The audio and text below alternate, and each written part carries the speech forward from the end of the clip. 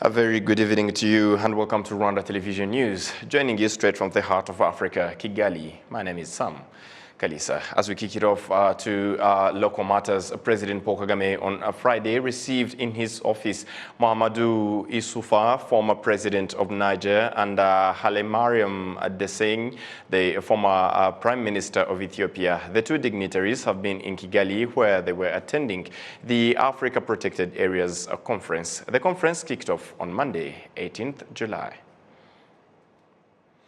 And as we kick it off to other matters into the East African community now, the government of Rwanda has demanded for a speed up in the implementation of the East African Community Common Market Agreement so that residents of this community can benefit from the integration of their countries. We do have the report.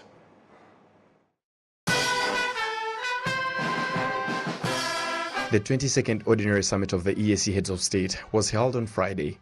The President of the Republic of Kenya, Uhuru Kenyatta, who has been chairing the EAC since February 27, 2021, ended his term and was replaced by the President of the Republic of Burundi, Evariste Ndayishimiye, who is going to chair the EAC in the next one-year period.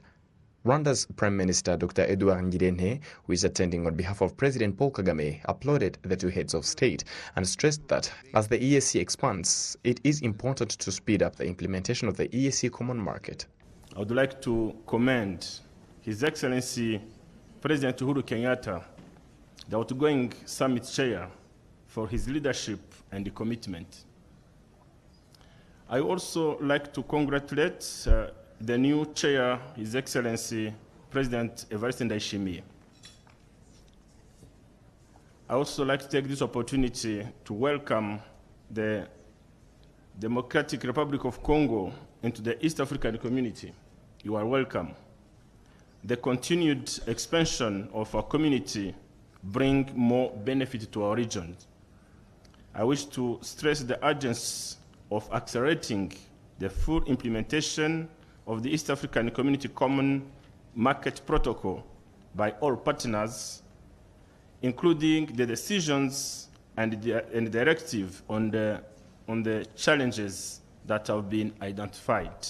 Kenyan President Uhuru Kenyatta, the outgoing chair of the EAC, also emphasized that there is much that the bloc has not achieved, which requires efforts from all member states. The aspirations and expectations of our citizens on the regional integration agenda remain high. The people desire an inclusive, equitable, responsive integration process that addresses their daily needs. The citizens are also looking to us to fast-track and implement programs and projects that will transform our region. While the East African community is ranked as one of the most integrated RECs in Africa, our citizens are yet to enjoy fully the freedom and rights of integration. Therefore, our responsibility at all leadership levels should be to ensure that the objectives of establishing the community are on course. While establishing the community more than 2 decades ago, we envisioned 4 pillars of integration: the customs union, the common market, the monetary union, and ultimately our dream of a political federation. President Kenyatta also applauded Somalia's willingness to join the East African community, which was reaffirmed by Somalia's President Sheikh Hassan Mohammed, who attended the meeting as an observer.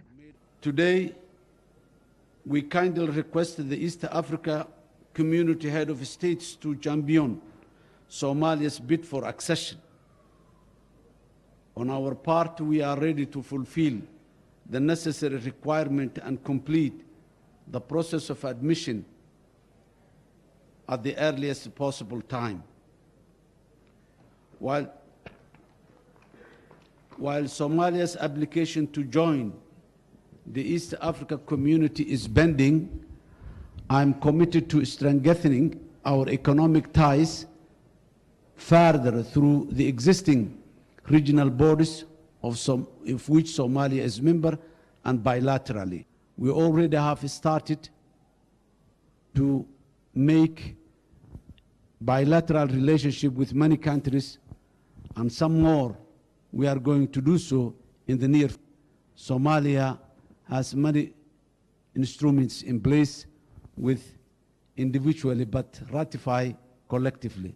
Before participating in the 22nd summit of the EAC heads of state, the heads of state of Tanzania, Uganda, Kenya, Burundi, Somalia, and the Prime Minister of Rwanda, the Prime Minister of the Democratic Republic of Congo, who represented President Felix Tshisekedi, and the Minister in the Office of the President of South Sudan, Dr. Barnaba Maria Benjamin, who was representing President Salva Kiir, all participated in the ceremony to officially open the road named Arusha Bypass. The 42-kilometer road is part of the Athi River Namanga Arusha Holili, or the Taveta Voi Road project, which will be 15,000 kilometers long. It is expected to continue facilitating trade and commerce in the East African community. Still on the EAC Heads of State Summit, I earlier today spoke to my colleague Silvanus Karemera to give us an overview on the just concluded 22nd Ordinary EAC Heads of State Summit. Yeah, thank you, Sam. So what I would say, the meeting was very successful because about 4 heads of state were in attendance, and Rwanda was represented by Dr. Edward Ngirente, the Prime Minister of Rwanda. And basically the meeting was looking at how the East African community has been trying to implement some of the protocol. In this case, they are looking at how the common market, which is one of the 4 protocols of the East African community, has been implemented for the past 11 years of its existence. So in general, leaders commended the move and the step forward to have been having such a protocol in this region, or in this community for this matter.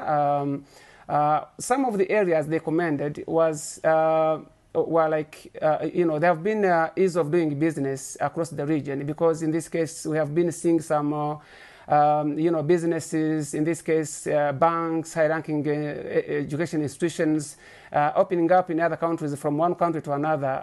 There have also been some, ease of doing business, in this case, cross-border trades and movement of people and so on and so forth.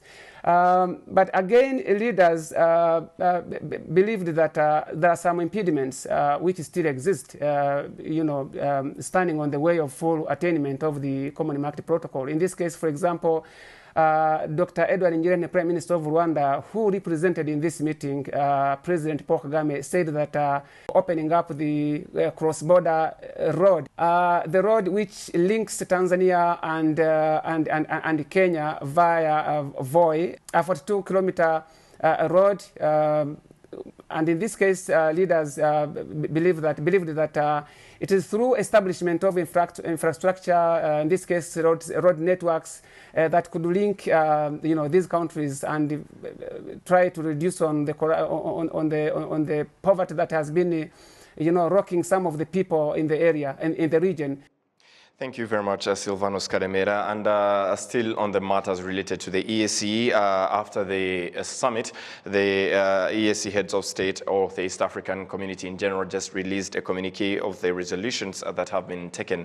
The East African community heads of state, their excellencies Uhuru Kenyatta, President of the Republic of Kenya, Evariste Ndayishimiye, President of the Republic of Burundi, Samia Suluhu Hassan, President of the United Republic of Tanzania, Yoweri Kaguta Museveni, President of the Republic of Uganda, Right Honorable Prime Minister Edward Ngirente, representing His Excellency Paul Kagame, President of the Republic of Rwanda, Right Honorable Prime Minister Jean-Michel Sama Lokunde Kenje, representing His Excellency Felix Antoine Tshisekedi, President of the Democratic Republic of Congo, Minister of Presidential Affairs Dr. Barnaba Maria Benjamin, representing His Excellency Salva Kiir, President of the Republic of South Sudan, held the 22nd Ordinary Summit of the East African Community Heads of State on 22nd July 2022 in Arusha, Tanzania. In attendance was His Excellency Hassan Sheikh Hamoud, President of the Federal Republic of Somalia, as a special guest. The heads of state met in a warm and cordial atmosphere. Second, the summit received the progress report of the Council of Ministers for the period 1st March 2021 to 30th June 2022. The summit commended the Council for the progress made in implementing the programs and projects for the East African community and directed the Council to resolve the outstanding matters and report to the 23rd Summit. The summit received an update on the integration of the Democratic Republic of Congo into the East African Community and directed the Council and the Secretariat to finalize, expedite the implementation of the roadmap on the integration of the Democratic Republic of Congo into the East African Community and report to the 23rd meeting of the summit.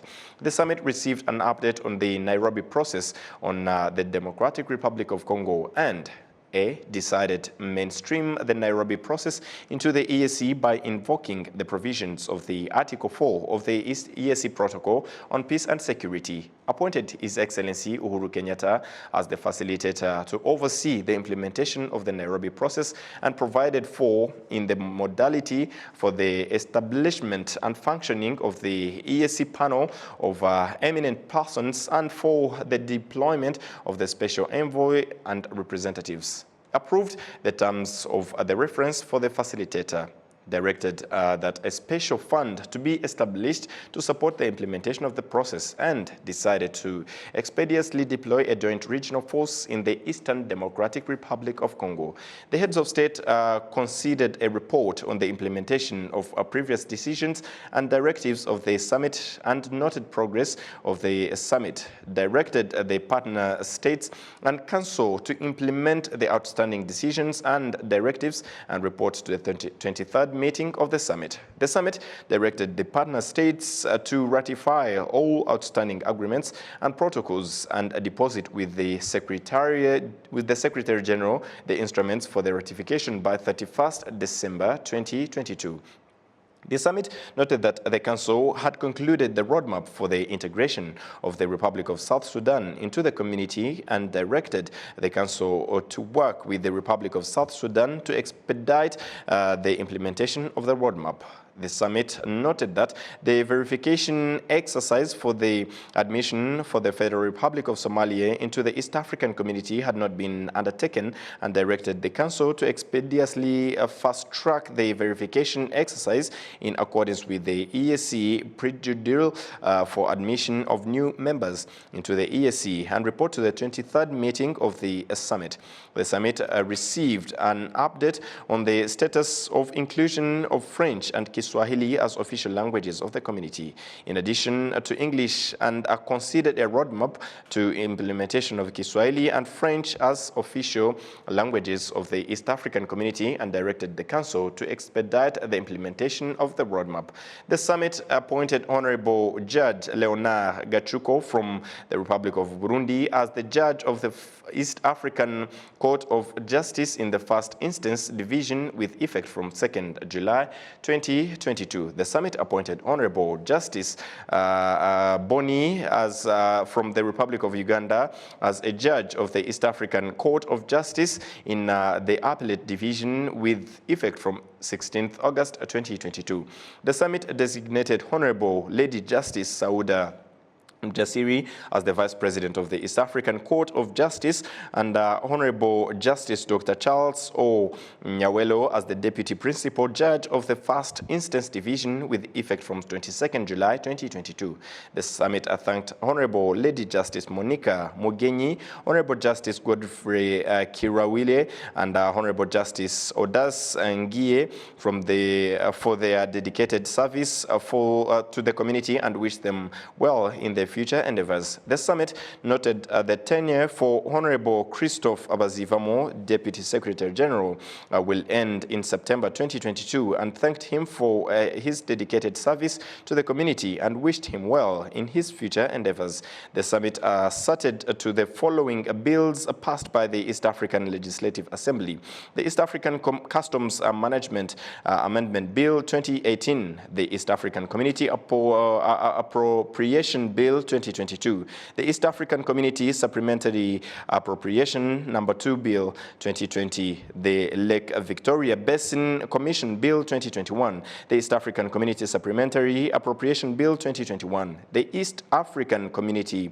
Supplementary Appropriation Number 2 Bill 2021, and the East African Community Appropriation Bill 2021.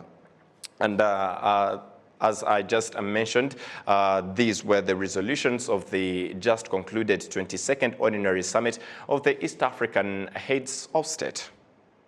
We'll move to other matters. On Friday, discussions were held with students and teachers at the Ethiopia University regarding the protection of the environment, and were taught some of the things that are harmful to the environment. Jen Mutoni has this report.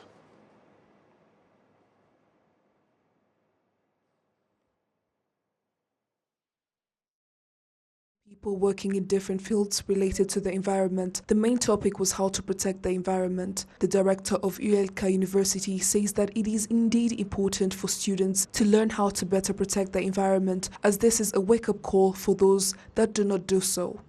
If only people could take it as a personal responsibility and create projects that are environment-related, as well as discussions among countries, the degrees Celsius of heat would definitely drop. Hence people living in better environmental conditions. Michelle De Vries, representative of the Green Growth Organization, says that such discussions are part of the solutions for the future. I think we have an opportunity. I think we have a very small window. Some people would say that window is now closed, but I'm always optimistic. That's why I wanted to come here to speak to the students, because they're going to also discover innovations at the new discoveries. They're going to learn about new processes and new materials that we can use. So I have a lot of hope and faith in the students of the university, but also in terms of youth and the role that they play in climate action. I've seen some of the youth do incredible things, and a lot of times they underestimate their power. But they do have a lot of power, and the solutions that are going to come up are going to come from them. Thank you so much. Matthew Mensah, spokesperson for Climate Cloak Africa, says that many countries have a lot to learn from Rwanda as she continues to show progress in environmental protection. We are lost when we are losing all the different animals that we take for granted. I mean, in a lot of countries, the only way I can see wild animals, they're not even wild anymore. We have to go into the zoo to see them. You know, here in Rwanda, you have some of the most amazing wildlife. You know, you have unbelievable bird life as well, but of course as well, everybody knows about the amazing work you're doing for the gorillas. You know, gorillas in a lot of other countries are completely extinct. You know, and if they don't have the right habitat to live in, then they're gonna die. It's simply as that. And climate crisis is what causes those damages. You know, and if we lose our greenery, we also lose the animals that live within it. You know. Taking care of the environment has been reiterated as everyone's responsibility to avoid the consequences of not taking care of it, as these effects are felt by everyone. Jane Mutoni, RTV News. Thank you very much, Jen, for this report. And as we move ahead to other matters, if nothing is done in the next 6 years, global warming is going to reach 1.5 degrees Celsius. And in this regard, many partners, many players are doing all they can to see that mobilization to its best can be done, to have the world, to have different countries, to have different partners come together to find solutions to this issue that is alarming globally. This is why this evening I'm joined by the spokesperson of Climate Cloak Africa. Thank you very much for joining us, sir. Thank you so much for having me. Yes, for me, who loves to come to Rwanda, and this is one of the reasons why as well, that again, that it's a pleasure to be here, not because of this course here, which is something that is that's very serious, but yes, we are here because of, today, officially we're going from 7 years down to 6 years of the time we have left to actually do something, unless we're going to find ourselves in a situation where we will not be able to repair the damage that we have caused to the climate. All right, as we're talking about this, Mensa and Matthew, how bad is the situation? Talking about climate change and global warming and everything, how bad is the situation, to start from this one? I mean, it is so severe that we find ourselves in a situation where it's not just a few countries, we're talking about the whole globe.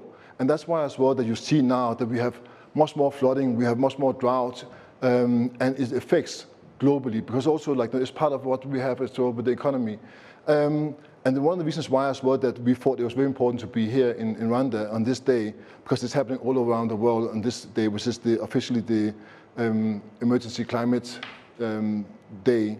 And the reason why we thought it's very important to be here is because Rwanda has really shown, taking the step and shown how things can be done, what you can actually do to be able to combat climate crisis.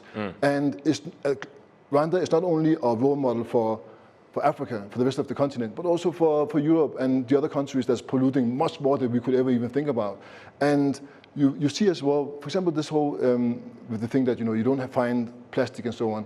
In Ghana, where I'm from, now that it's raining season, we are very flooded because there's plastic in the gutters everywhere, and it adds to the pollution, which again, a part of creating the flooding and of course, the issues that we find ourselves with today. All right. We can say our backs are against the wall, and the clock is not stopping, it's moving, and the time is very little.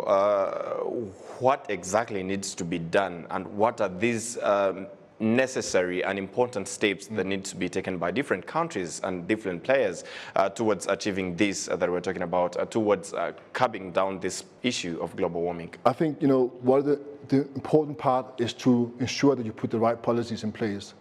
And not only have the right policies, but also have the people buying into those ideas and that vision that's coming out from government. And that's why as well, what it needs is very strong, very good leadership.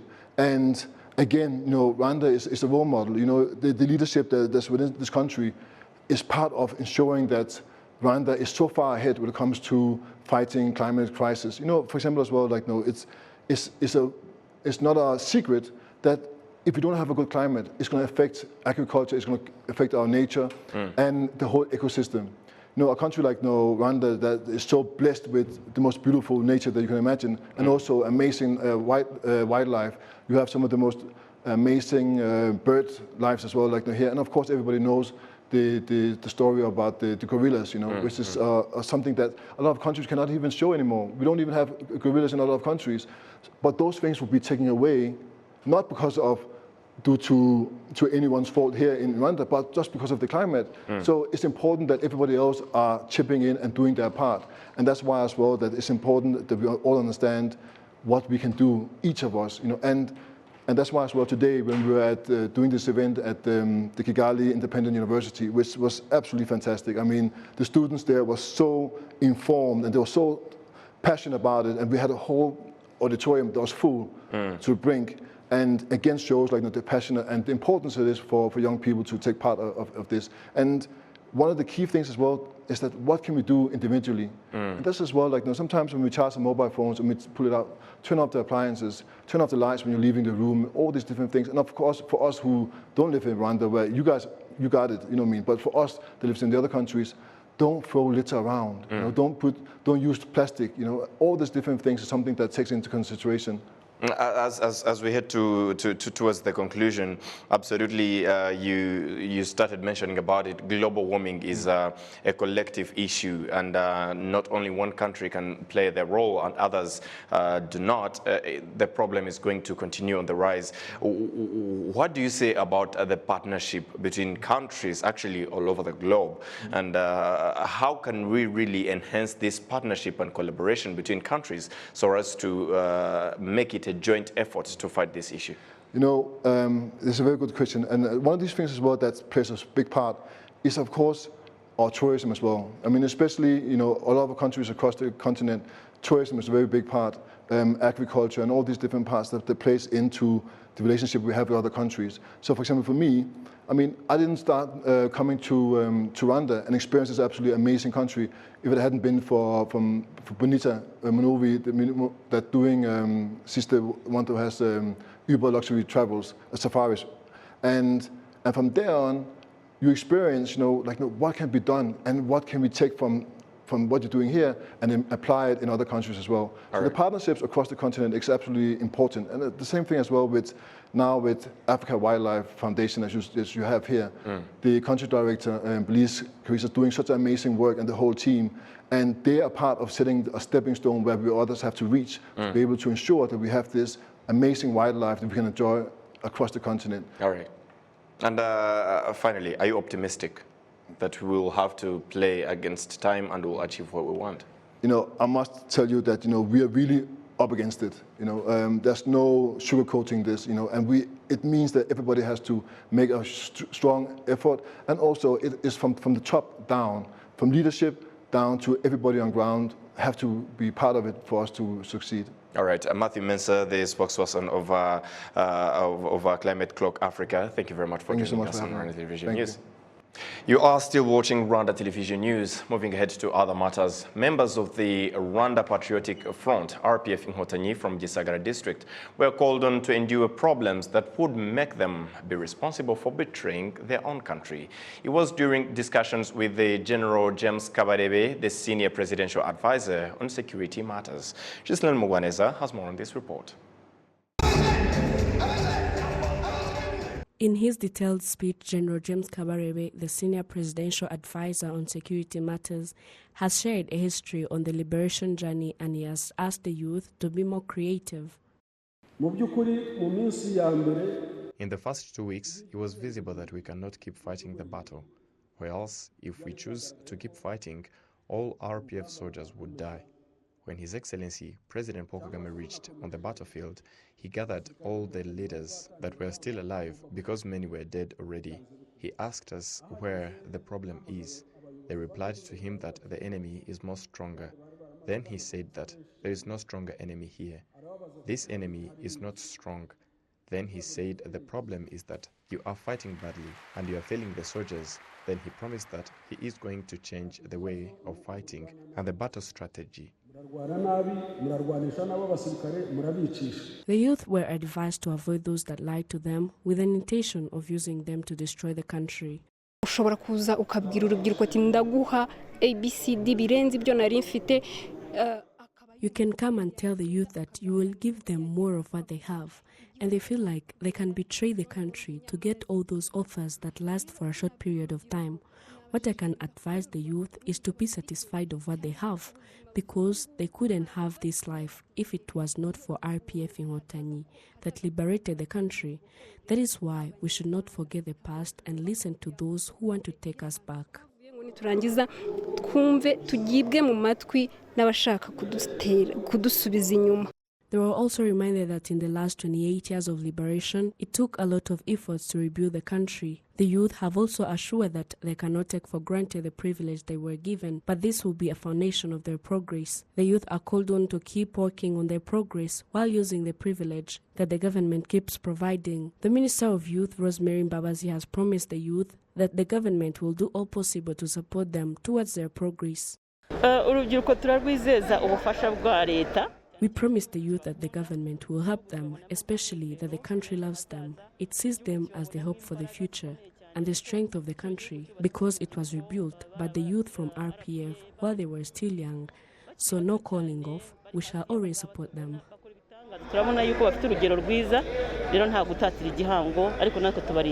The senior presidential advisor on security matters, General James Kabarebe, has appreciated the projects that have so far been implemented, including building for vulnerable people, providing vocational skills and equipment to 257 youth that got rehabilitated, as well as forming saving teams. Currently, there are 100,000 youth in Gisagara district. Ghislaine Mugwaneza, RTV News. And this story sums up our tonight's edition, and on behalf of the entire news and production team that made it happen, many thanks for being with us on this particular edition of Rwanda Television News. My name is Sam Kalisa. Stay safe and enjoy the rest of your weekend. And up next is Friday Flight. Goodbye.